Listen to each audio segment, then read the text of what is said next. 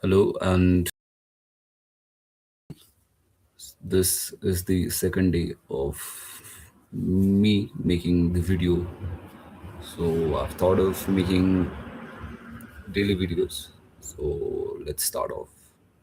Yesterday we have discussed about the topic which is quite inclined to geopolitics.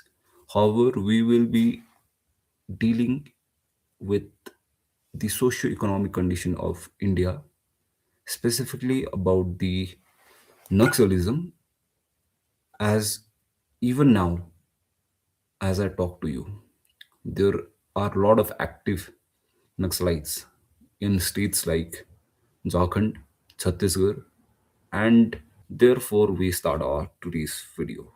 Welcome back to the channel again. So here we start our new video. Although I won't delve into the historical origin of this very notion, the ideology started off in 21st February back in 1848 with the Communist Manifesto. I'm sure you all might be aware of the eminent German philosopher Karl Marx. So we will not go deep to the theory of communism and everything, but just a brief intro or a historical background about the Naxalism. And if I have to again pull the historical data, there are a lot of parties which involves the ideology of communism. Like if I have to mention CPI, Communist Party of India, then CPIM, Communist Party of India, Marxist or Marxism, then again a house which is against itself cannot stand strong, right? So on that very note, this party again bifurcated and became CPIML, that is Marxism Leninist, or Marxi or Marx or Lenin, I think. Therefore, as I have said, if the pillars are not strong of a building, it cannot stand you know strong for long. So the same notion happened with the communism, or we can say, the goal they could not achieve just because there was a lack of unity and camaraderie, I would say, among them. Therefore, as a a layman, I'm just making a video, so let us not delve into all those political issues. Let us just make a brief video, and the title of the video is Root Causes of the Naxalism in India. So we go. So see, Naxalism, also known as a left-wing extremist, that is one of the most significant challenges that India faces in aspect of internal security. And it emerged from the just in India. It emerged. It was just a kick. It started way back, but officially, in my life, okay. But officially, it started in the Darjeeling district of West Bengal, a village Naxalbari, and it started in 1967. It was initially a pigeon movement, all right, but they were demanding land redistribution, all right, and social justice, because the theory, I'll dive a little bit to Marx. Here, Marx says the richer will be always rich and will become richer day by day. But poorer, those who are poor will be, you know, gradually will go more below they were, in the past. So they'll become more poorer and poorer day by day. So On that note, the peasants were fighting for all those, equal rights because of their low wages. And on top of that, all the landlords were taking the innocent farmers' land, you know, illegally, I would say. So back then, the Naxalist, as of now, back then the peasants, है ना, they got influenced by Maoist ideology.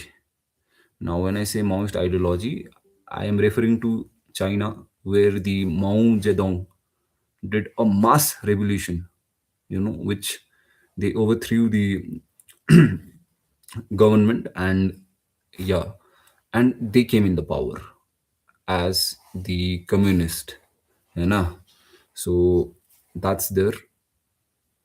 I don't know where I'm going, but let me speak. So that's there. So yeah, over time it evolved as a, in India it evolved as a violent insurgency inspired by, Karl Marx and Mao Zedong, and they also aim to overthrow the Indian state through the armed struggle. And when I say armed struggle, the Naxalist had have had a contact with Sri Lanka LTT, that is Liberation Tigers of Tamil Elam.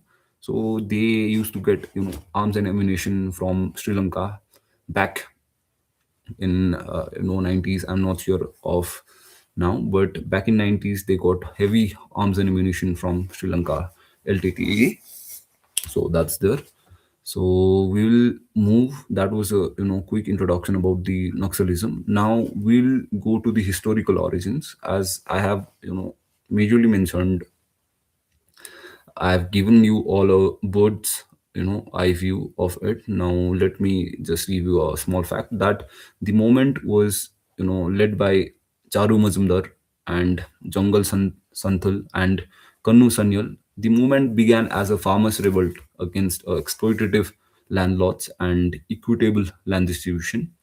However, this movement spread to all tribal areas like states like Jharkhand, Odisha, Chhattisgarh, and Andhra Pradesh, where tribal populations faced, systemic neglect. So yeah, that's their root cause. Now we'll be talking about the root cause of the Naxalism: land alienation and agrarian exploitation. It is one of the, major root cause of the Naxalism. So we'll start with, unequal land distribution, insecure tenancy, and forcible displacement of mines and projects, removed livelihoods for, peasants and travels. There were lots of laws of, customary land and forest access created deep resentment in urges exploit. Okay, hi, who is watching? I think, okay, there's one viewer. That's nice. So, unequal land distribution, right? So, the socio-economic condition back then was very chronic: high poverty, illiteracy, and unemployment, and poor public service. And the government was neglecting the tribal people to an extent that they were feeling like very marginalized. All right. And not just, socio-economically, but majorly politically, they felt very neglected. Local governance institutions often failed to deliver justice or development. Corruption, slow grievances and redressal, and lack of political voice pushed people away from democratic pressures and, toward a parallel power structure offered by insurgents.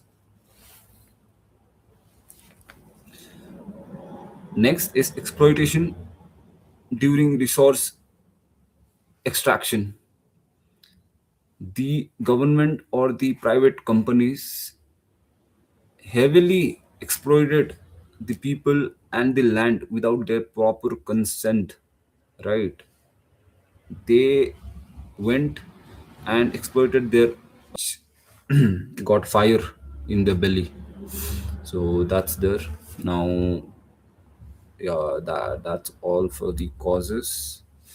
And again, this whole, ideology is influenced by Karl Marx and the mass revolution of Mao Zedong. And yeah, the main objective of Naxalites are to overthrow the Indian government and to have a, communist type of state. So that's there. Now, in let us conclude. It's been long that I'm speaking. Yet, glad whoever is watching me. Although, please forgive me, I'm not that fluent, but yeah, there are some few datas which might be important to you. Please, yeah, you may note it, and it may help you out in your near future. So, coming to the conclusion, let us conclude this Naxalism, rise of the Naxalism. All right. So the rise of Naxalism in India is not merely a law and order issue, but it's a reflection of a deep-rooted structural problems in society: land elevation, poverty, and tribal exploitation, and political neglect created condition where Maoist ideology could thrive. Right. Addressing Naxalism requires not only security measures but also inclusive development, land reforms, empowerment of tribal communities, and good governance. Only by tackling these root causes can India hope to eliminate the Naxalism and insurgency and ensure lasting peace among the states of among the Union of States. Thank you. Thank you so much for your patient listening, and really glad whoever is watching. Thank you. Thanks a lot.